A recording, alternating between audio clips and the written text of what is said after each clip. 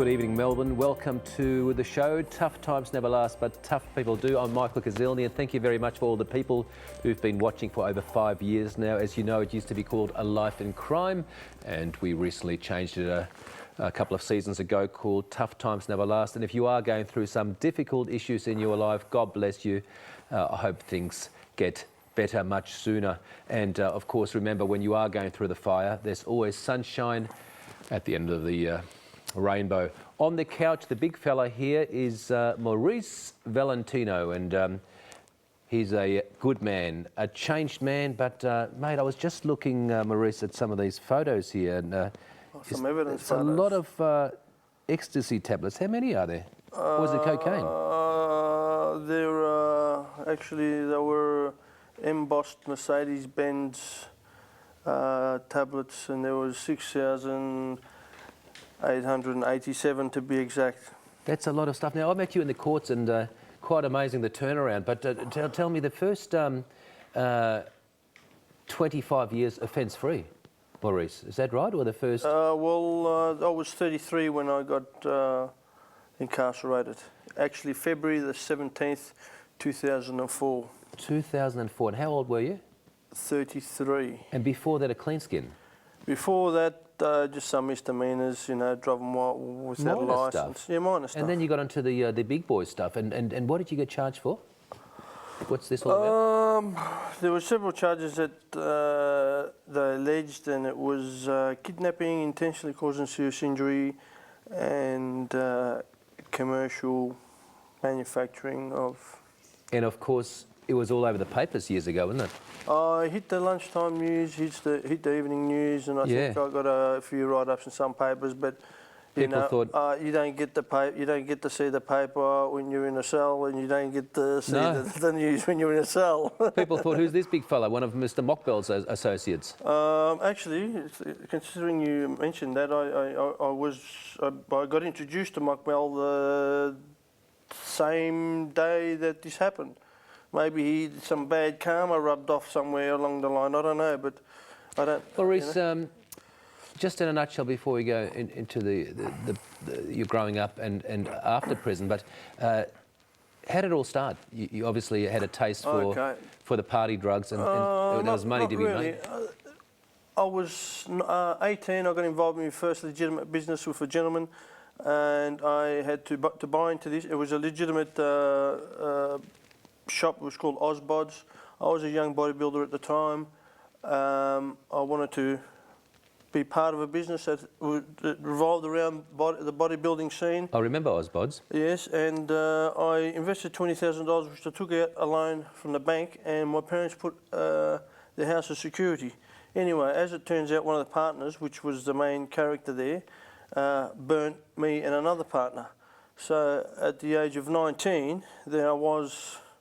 roughly around there was a recession, and I became redundant. That's why I decided to go into a business, so I could employ myself. And a couple of blokes ripped you off in a nutshell? No, one of the partners ripped two of us off, which was me and another partner. Yep. So I'd lost me $20,000, and I still owed this money to the bank. Now there was a recession in the country at the time, and there was no way. And I had very little skills. I left school at year 11.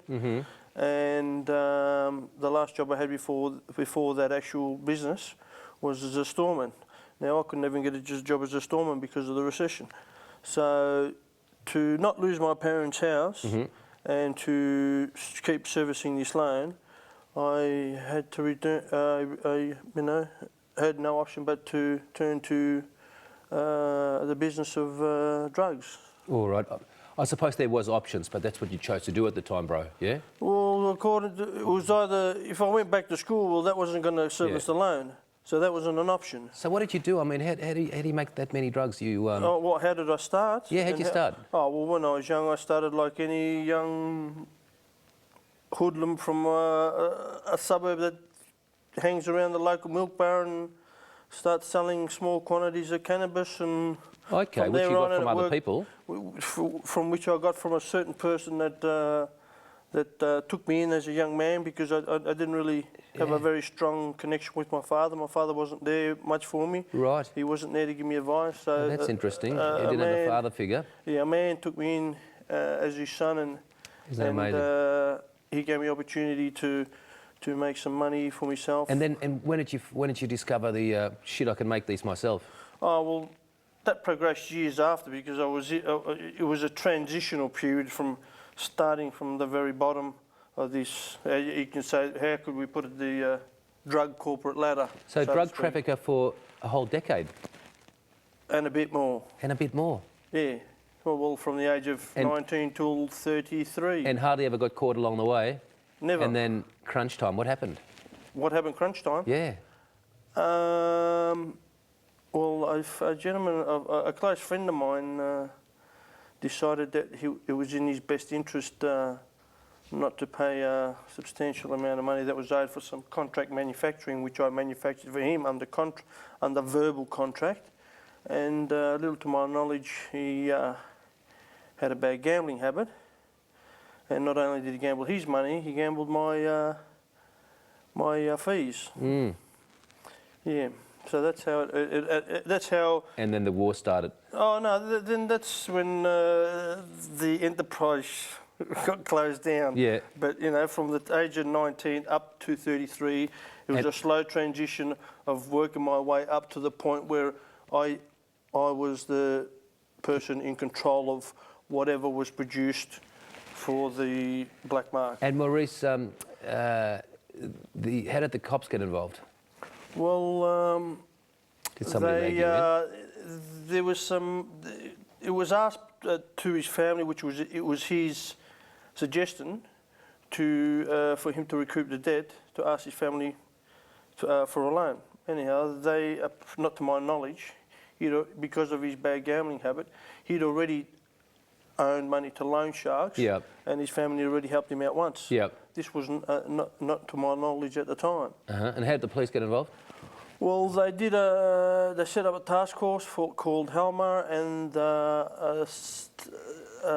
Detective Constable Webb, which I'd like to thank a lot for giving me a new direction in life. That's good.